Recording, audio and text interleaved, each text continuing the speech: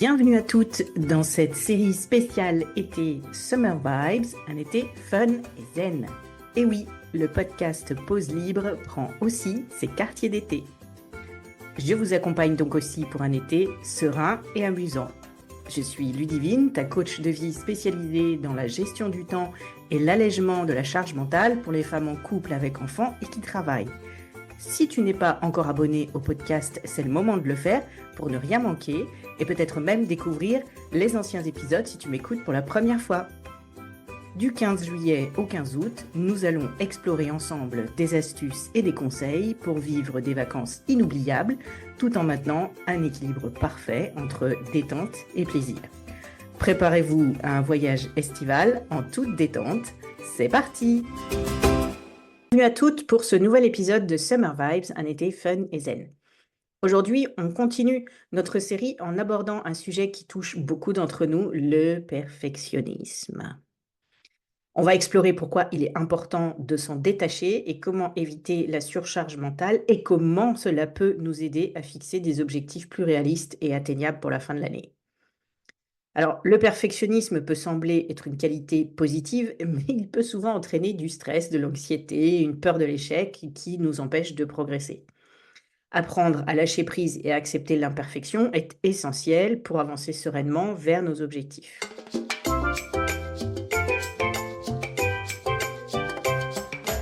En premier, il s'agit de comprendre ce perfectionnisme. Le perfectionnisme, c'est la croyance que la perfection est atteignable et nécessaire et que tout écart par rapport à cette norme est un échec.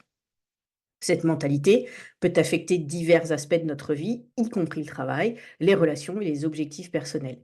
Bien que viser l'excellence puisse être motivant, le perfectionnisme peut devenir un véritable obstacle lorsqu'il entraîne des attentes irréalistes et une autocritique sévère. La première étape pour se détacher du perfectionnisme est de reconnaître ces signes dans la vie quotidienne. Ça peut se manifester de différentes manières. D'abord, on a la procrastination. Vous remettez à plus tard des tâches importantes parce que vous avez peur de ne pas les faire parfaitement. Ensuite, il y a l'autocritique. Vous êtes constamment insatisfaite de vos réalisations et vous vous jugez sévèrement. Mais on a aussi la difficulté à déléguer.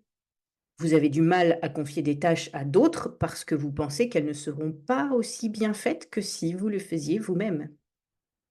Mais on a aussi l'évitement de nouvelles opportunités. Vous évitez de prendre des risques ou d'essayer de nouvelles choses par peur de l'échec.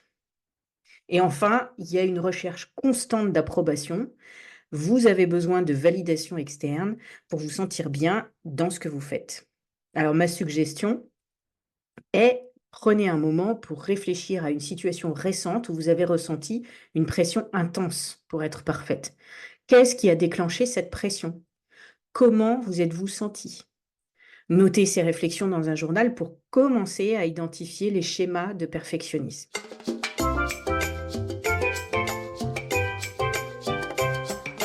La deuxième étape, c'est d'accepter l'imperfection.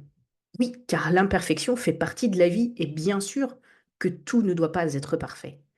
Cette acceptation, elle est cruciale pour réduire le stress et l'anxiété associés au perfectionnisme. Traitez-vous avec la même compassion que vous offririez à une amie.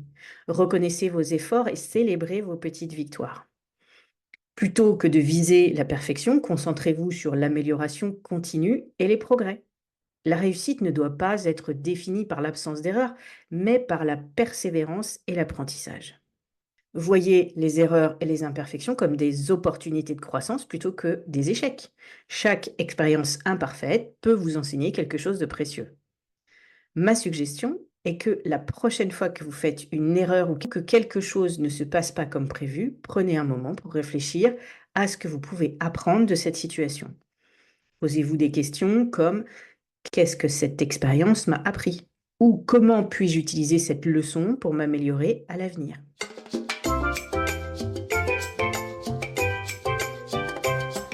Passons à la partie des techniques pour se détacher du perfectionnisme. D'abord, se fixer des objectifs réalistes. Et on en reparlera dans le dernier épisode du Summer Vibes. Le perfectionnisme nous pousse à fixer des objectifs irréalistes et inatteignables, ce qui mène forcément à la frustration et à l'épuisement. Il est donc essentiel d'apprendre à fixer des objectifs réalistes qui tiennent compte de nos capacités, de notre temps et de nos ressources. Cela signifie accepter que tout ne doit pas être parfait et que le progrès, même s'il est imparfait, est toujours un progrès. Alors plutôt que de viser la perfection, fixer des objectifs SMART, spécifiques, mesurables, atteignables, réalistes et temporels. Célébrez chaque petite victoire en chemin pour maintenir votre motivation. Bien sûr, on pense à pratiquer l'autocompassion, ce qui consiste à se traiter avec la même gentillesse et compréhension que nous offririons à une amie proche. Cela inclut de reconnaître nos erreurs sans s'autocritiquer sévèrement et comprendre que l'imperfection est une partie normale de la condition humaine. Pratiquer l'autocompassion peut sérieusement réduire le stress et l'anxiété associés au perfectionnisme et nous permettre d'avancer avec plus de confiance et de résilience. Je vous suggère que lorsque vous vous surprenez à être trop critique envers vous-même, prenez un moment pour pratiquer cette autocompassion.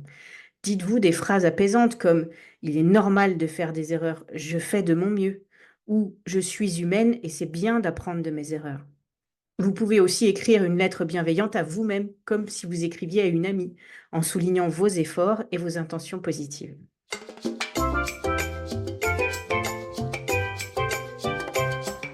Voilà les filles, se détacher du perfectionnisme, c'est un processus qui demande du temps et de la pratique, mais c'est essentiel pour avancer sereinement vers vos objectifs.